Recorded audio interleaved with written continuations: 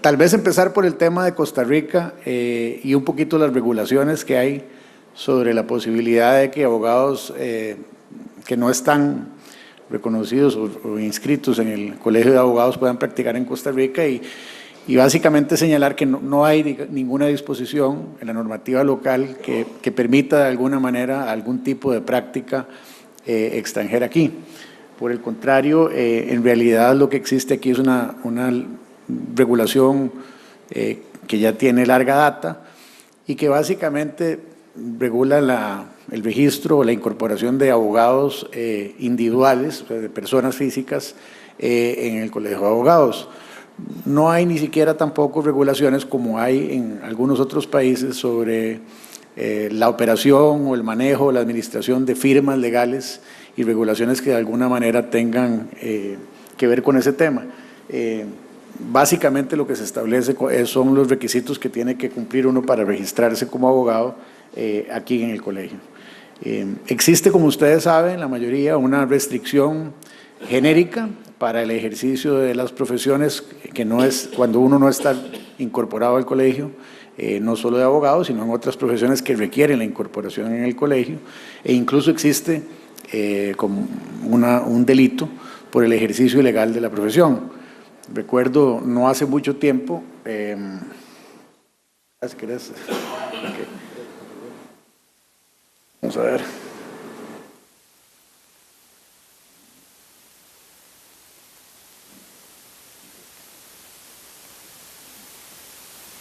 Recuerdo no hace mucho tiempo un caso que nos tocó llevar a nosotros en la firma de un abogado que era parte de un tribunal arbitral internacional. Y en ese caso era un arbitraje internacional que, de acuerdo con la normativa local, la ley que regula el arbitraje, como algunos de ustedes saben, cuando no se señala cuál es el tipo de arbitraje que se lleva a cabo, el arbitraje es un arbitraje de derecho, así lo establece la ley local. En ese caso, pese a que era un arbitraje internacional, la AAA, que era en ese momento la institución que regulaba el proceso, había hecho una designación de 3 abogados, uno de ellos sí era un abogado costarricense y los otros 2 no eran abogados costarricenses. Bueno, el tribunal sesionó en Costa Rica y uno de los colegas decidió presentar una denuncia penal por ejercicio ilegal de la profesión al considerar que el tribunal, al ser un tribunal de derecho, tenía que estar registrado en Costa Rica para poder ejercer ese puesto. Lo menciono como una forma de señalar que en general lo que sucede aquí en Costa Rica es que la restricción es bastante fuerte para poder ejercer el derecho, como lo señalaba un poco Julio ahora al principio, pues las normas son restrictivas, debe uno de incorporarse al colegio y no existe, digamos, mayor apertura en la normativa, por lo menos, para que abogados que no estén incorporados al colegio puedan ejercer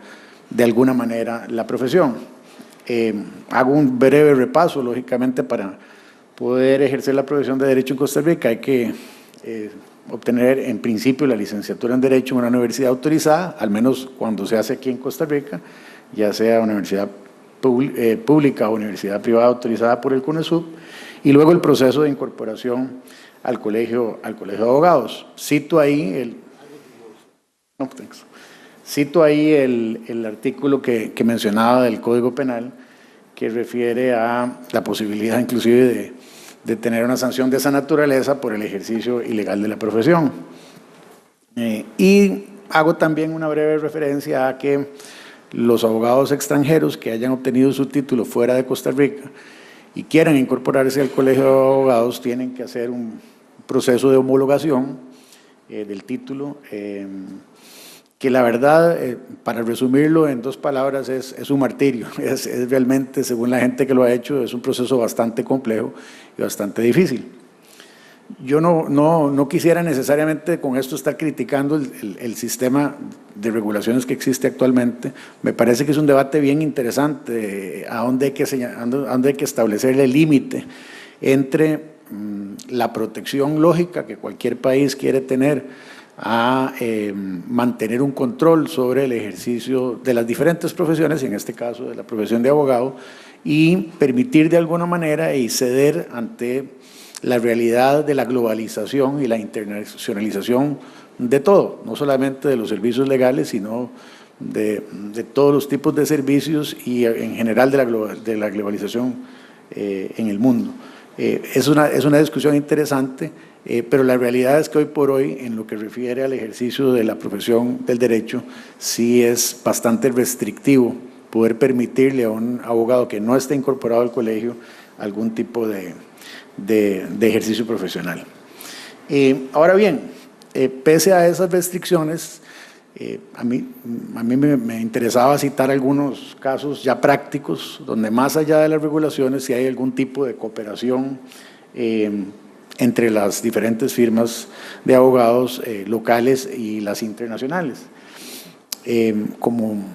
sabrán, existen las famosas alianzas, muchas de ya vieja data, algunas de ellas como el Club de Abogados, el INLO Alliance, Affinitas, son diferentes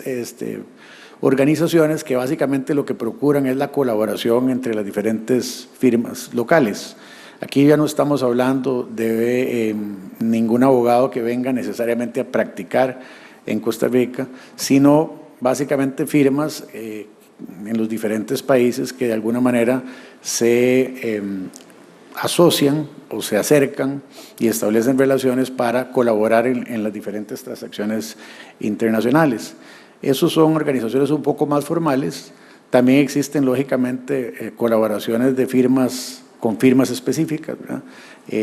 Y la realidad es que el mercado, particularmente aquí en Costa Rica, donde hay una cantidad importante de inversión extranjera, va dictando que la mayoría de los negocios, digamos, de cierta relevancia que vienen al país, vienen ya de alguna manera dirigidos por alguna firma que no tiene una presencia física aquí en Costa Rica, sino que más bien se trata de una firma que es la firma de cabecera del cliente que viene de alguna manera a invertir y establece un contacto con alguna firma local para lo que es el trabajo costarricense.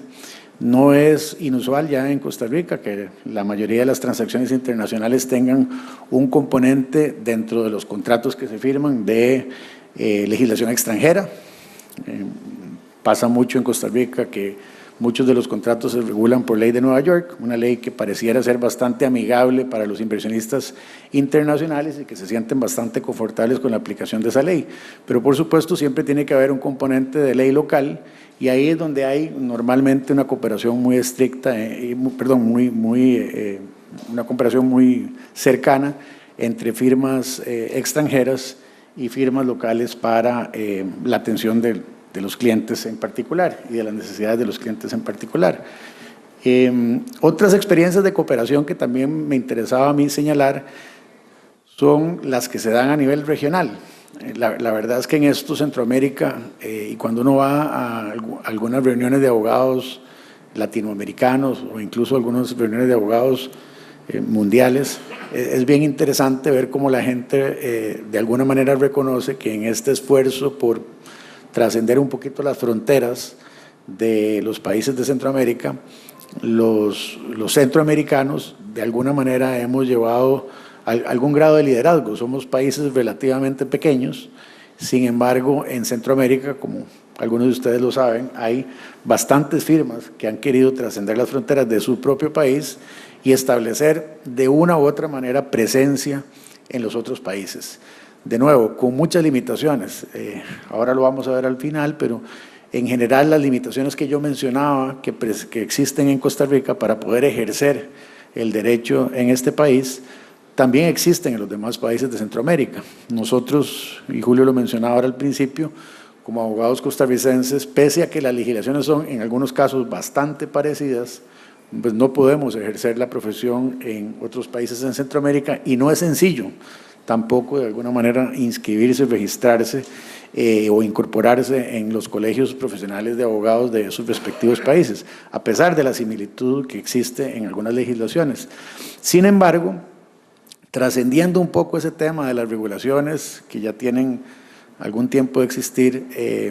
algunos han hecho un esfuerzo por tratar de servir a sus clientes más allá de las fronteras de sus respectivos países. Y aquí en Centroamérica podemos citar varios esfuerzos. De verdad que yo creo que al final es interesante cómo en Centroamérica, más que en otros lugares donde pensaría uno que por sus tamaños, los países y por las poblaciones, debería haber esfuerzos más generalizados de este tipo. Aquí en Centroamérica realmente ha sido muy activo eso. Y cito algunos ahí en los slides, por supuesto que me disculpo, que estoy seguro que estoy dejando por fuera algunas otras organizaciones que han hecho esfuerzos muy reconocibles para también trascender un poquito de las fronteras, pero cito algunos, como es el caso de lo que en algún momento era Arias y Muñoz, hoy es una firma que se llama nada más Arias, que fue, hay que admitirlo, la primera que inició un esfuerzo por tratar de dar un servicio regionalizado en Centroamérica. Una iniciativa básicamente de una firma salvadoreña bastante reconocida que lidera don Armando Arias y un grupo costarricense que lideraba José Antonio Muñoz y su hermano Pedro Muñoz, y hicieron ese primer esfuerzo interesante hace ya bastante tiempo, por ahí inicios de los años 90, donde trataron de hacer ese esfuerzo de cooperación de alguna manera y de amalgamiento de firmas y de abogados en los diferentes países, ¿verdad? Hay esfuerzos de diferentes tipos en Centroamérica, algunos que inician en un país, que básicamente ese país toma el liderazgo. Uno de ellos es el caso de BLP, por ejemplo, que definitivamente teniendo una firma bastante reconocida y de muy buen tamaño en Costa Rica, ha recientemente, no hace mucho tiempo, iniciado un esfuerzo muy exitoso de regionalización. Y hay algunos otros esfuerzos diferentes. La firma de la que yo soy socio, Consortium Legal, en realidad es una experiencia un poquito diferente. Más bien fue un esfuerzo donde ya firmas que existían en los diferentes países de Centroamérica, de alguna manera nos acercamos y establecimos una sola organización para, de nuevo, tratar de hacer un servicio regionalizado. Yo creo que todos esos son esfuerzos, como podemos ver, de cooperación entre diferentes abogados, entre diferentes firmas, siempre con las limitaciones que mencionaba de que al fin y al cabo para el ejercicio en sí de la profesión existen definitivamente restricciones importantes que hay que tomar en cuenta para pues evitar problemas y para cumplir con la normativa local en cada uno de esos países. Pero son esfuerzos que son interesantes y que de alguna manera reflejan cómo, a criterio mío por lo menos,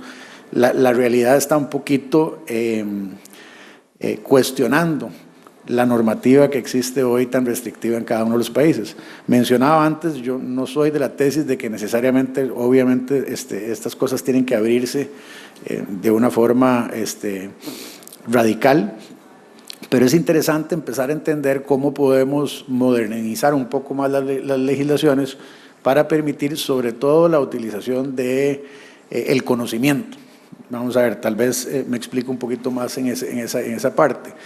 Por lo menos la experiencia que nosotros hemos tenido en Consortium Legal es interesante. Mencionaba ahora que en Centroamérica las legislaciones son relativamente parecidas y hay momentos y hay transacciones en las que, por ejemplo, algunos de nuestros abogados de Costa Rica son mucho más conocedores que otros abogados en otras jurisdicciones, por lo menos de la normativa internacional general, y van a apoyar a los proyectos, por ejemplo, que se dan en otros países, en Honduras, en El Salvador y así sucesivamente. Y estoy seguro que, independientemente de cuál sea la organización que tienen, algunas de las firmas que tienen o que pretenden tener algún tipo de presencia más allá de las fronteras de un único país, les sucede lo mismo, ¿verdad? Hay gente que simplemente se convierte en el experto sobre una materia y pese a que no necesariamente tiene la autorización o está inscrito en el Colegio de Abogados para trabajar en ese país, cuidado que manejan incluso mejor con un poco de estudio de la normativa local, dado su conocimiento y su experiencia pues, de muchos años en esa misma materia en su país natal, ¿verdad? Entonces, eso es interesante, la verdad es que a mí me parece que vale la pena reflexionar sobre eso y cómo podríamos de alguna manera, desde el punto de vista regulatorio, flexibilizar un poco más la normativa para que ese tipo de apoyo, yo lo llamaría apoyo, que no necesariamente implica que el abogado local no tenga una protección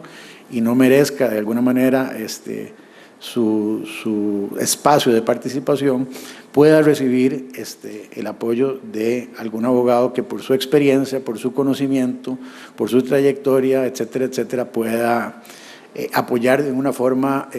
más directa un trabajo fuera de sus fronteras. A mí me parece que ese es un tema interesante que va en línea con todo lo que estamos hablando, ¿verdad? De alguna manera la internacionalización de la abogacía en general. Creo que al fin y al cabo todos nosotros nos debemos a nuestros clientes cuando somos, en el caso mío en particular, abogados en el ejercicio privado de la profesión, y en la medida en que nuestras organizaciones locales o regionales o cualquiera de estos otros esquemas pueda traer a la mesa un mejor servicio y más conocimiento a beneficio del cliente, deberíamos de tratar de hacer esfuerzos en ese sentido, ¿verdad? Hablo ahí de otros temas ya, digamos, de otra naturaleza. Estaba mencionando un poco más el tema ya de firmas con firmas y de abogados. Por supuesto que hay algunas áreas también que valdría la pena regular un poco. Son tal vez de menor trascendencia, pero también son importantes. Como es el caso, por ejemplo, de los estudiantes que vienen a las firmas a realizar algún tipo de pasantía.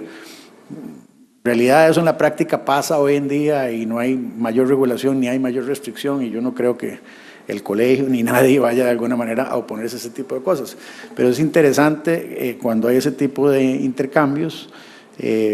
porque, de nuevo, fomenta mucho el intercambio de conocimiento entre el visitante extranjero en la firma en particular, no solamente ya desde el punto de vista puramente de la materia de abogacía como tal, sino el intercambio cultural y demás. Ahí menciono, yo creo que yo en mi vida, ya tengo más o menos más de 25 años de ejercicio profesional, solo he conocido un caso de un abogado que efectivamente estaba incorporado a un bufete y que en aquel momento ponía la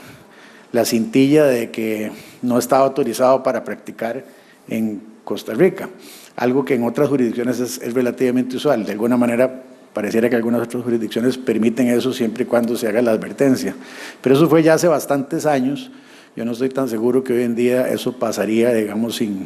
sin pena ni gloria como pasó en ese caso. Lo mencionaba anteriormente, la posibilidad de que un abogado extranjero practique directamente en Costa Rica es realmente muy restringida, y para que lo haga correctamente y desde el punto de vista legal, los requisitos realmente son bastante complicados. Mencionaba anteriormente, hay que hacer exámenes de incorporación y una serie de reconocimientos que hacen que el proceso sea bastante engorroso, de manera tal que hay limitaciones importantes para poder hacer eso, ¿no?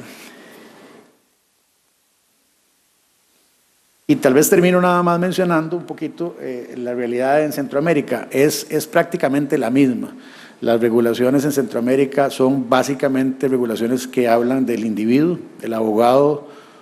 como persona física. En ese sentido, a mí me parece que vale la pena también que hagamos un esfuerzo, ya más allá de hablar del tema solamente de internacionalización.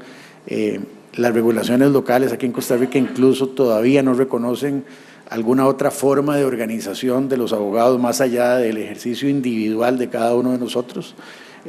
No sé si ustedes han tenido esa experiencia, pero incluso nosotros en un bufete de abogados hemos tenido a veces hasta la dificultad con algunas de las autoridades de gobierno de Costa Rica, llámese Ministerio de Hacienda, por ejemplo, llámese incluso la Dirección de Notariado, en donde la organización misma que ha adoptado ese grupo de abogados para incorporarse es de alguna manera cuestionada por alguna de esas autoridades, insistiendo en que el ejercicio de la abogacía debe ser un ejercicio individual, ¿verdad? Algo que yo francamente les digo me parece bien complejo ya estar todavía en estas alturas tratando de de sostener la tesis de que los abogados debemos de practicar en forma individual, porque la realidad es que los abogados solo tenemos cierto límite para desarrollar conocimiento, y lo lógico es que se vayan desarrollando, por lo menos esa es la opinión mía, las especialidades, y por supuesto que eso implica que cuando un cliente requiere servicios en diferentes áreas del derecho, pues exista una organización de alguna naturaleza que le pueda brindar los servicios en todas esas áreas. Y como mencionaba, aquí en Costa Rica la regulación básicamente solo reconoce a los abogados individualmente, y no hay forma de reconocer organizaciones de abogados que de alguna manera se aglutinen. Eso pasa, lo mencionaba, en los otros países de Centroamérica es igual. Tal vez la única excepción es el caso de Honduras. En Honduras sí se reconocen las asociaciones de abogados como persona física. Es un esfuerzo interesante que por lo menos de alguna manera le permite a los abogados, desde el punto de vista legal, aglutinarse en una asociación, en una entidad jurídica, digamos, debidamente reconocida. Pero bueno, tal vez termino mencionando, como ya lo he dicho antes, que a mí me parece que este tema de la internacionalización de la abogacía vino para quedarse. Hay cosas que definitivamente yo entiendo que a uno como abogado local le pudiera interesar de alguna manera un proteccionismo de parte de la regulación, y creo que es oportuno que existan ciertas restricciones y que definitivamente no exista una apertura desmedida para el ejercicio de la profesión en Costa Rica. Pero hay que reconocer que cada día más hay necesidad de interacción con abogados de otros países, hay necesidad de intercambio de conocimiento. Tal vez es uno de los temas que a mí me parecen más relevantes, y por consiguiente hay que flexibilizar un poco para que todo este tipo de alianzas y organizaciones regionales y firmas internacionales que ya hoy en día están presentes, pues tengan algún tipo de cabida de una u otra manera en la realidad, digamos, de los países centroamericanos. Hoy por hoy, como mencionaba, pese a las regulaciones, ya existen en Centroamérica estas firmas regionales, y todos los días algunos de nosotros nos preguntamos en qué momento alguna firma ya de esas mundiales pudieran estar interesados en tener presencia en Costa Rica, y cuál va a ser la reacción desde el punto de vista regulatorio para que aquí para dar o no cabida a un esfuerzo de esa naturaleza. Tal vez, Jonathan, con esto termino yo esta intervención. Después, por supuesto, que podamos tener algunas preguntas sobre el tema.